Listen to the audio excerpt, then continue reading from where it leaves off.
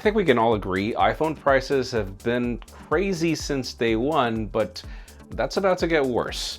As yes, if you thought the iPhone 14 series would be more affordable, the death of the Mini does not paint a pretty picture. We have new details of what to expect from the selfie cameras of the Pixel 7 series with some good news, and that even with all the rumors, the iPad Mini 7 might not be as good as we thought. I'm Jaime Rivera, and it seems the only place inflation has not reached lately is our wallets. Terrible joke, I know. This is Pocketnow Daily.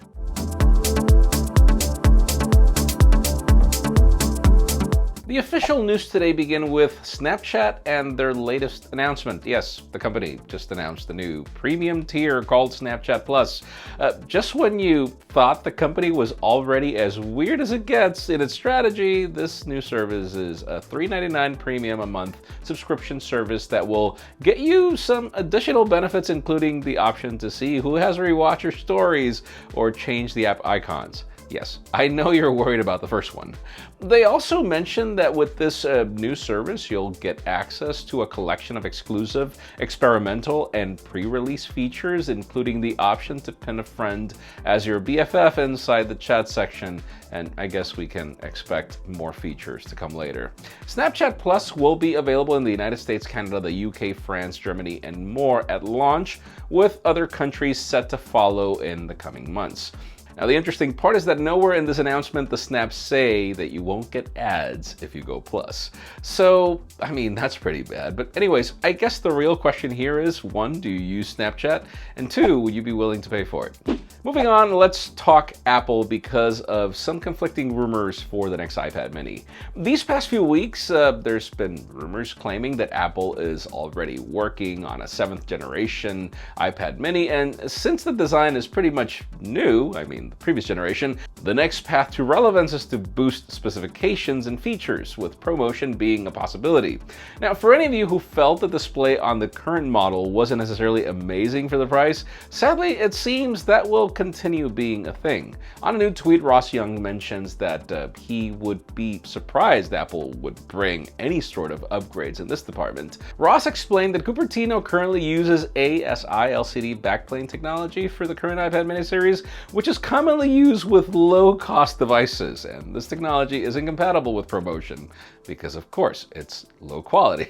However, it wouldn't be crazy for ProMotion to make the cut in the future. I mean, particularly with the whole jelly scrolling controversy we got last year. So I do expect Cupertino to bring some kind of upgrade to the next model, but it seems high refresh rate will remain a pro feature. Let's see what we end up getting, because I still have some faith in the iPad mini line. I just don't love the current one.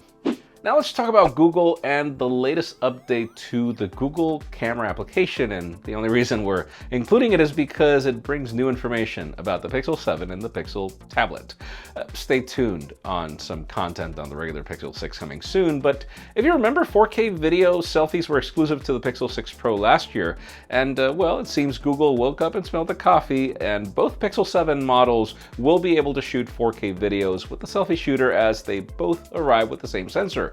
I'm just hoping they enable it, but which is the same that we currently have on the Pixel 6 Pro.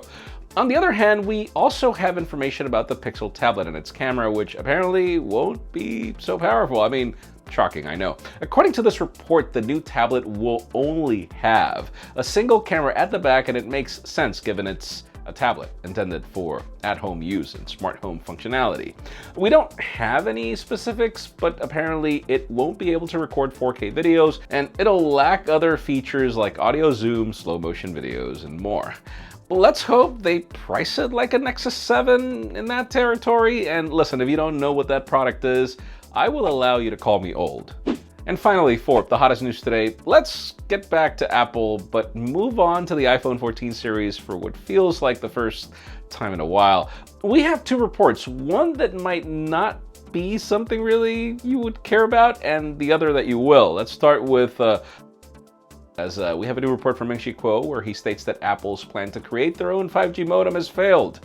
Now, we don't know if indefinitely, but it won't happen for the 14 series. That means Qualcomm will continue to be the exclusive supplier for 5G chips for the 2023 models, even if none of you have ever been able to download a full movie in seconds like 5G promised, like, what, 3 years ago? But anyways, let's move on to what you do care about. Let's talk prices. According to a new report, Cupertino is planning to keep the same $200 price difference between the Pro and the regular models, but with the 14 Max making the cut, this does mean we get more expensive Pro models.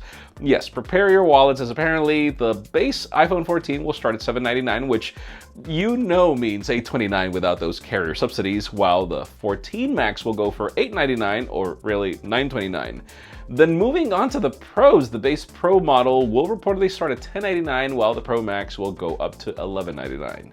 Yes, both are getting $100 more expensive, with the perks being an extra camera module, the Island notch, and an A16 Bionic. So, in today's question, let us know, do you think these prices are warranted or crazy for the next iPhones? Because honestly, I still feel iPhone prices are crazy since the iPhone 10. But as much as I wish for competitors to say, sorry, Apple, listen, I hate the fact that they all decided to follow suit and even launch more expensive competitors. But anyways, that's just me. Leave us a comment down below. We'd love to know your opinion. Friends, again, if you want to get the news earlier, follow us on Pocketnow.com and subscribe to our channel for more videos like this one. You can also follow us on social medias. Our extended coverage happens on Instagram, and follow me on my personal handles to see me state the truth even if the jokes are bad. Please give this video a thumbs up if you like what you saw. I'm Jaime Rivera. Thanks so much for watching. We'll see you tomorrow.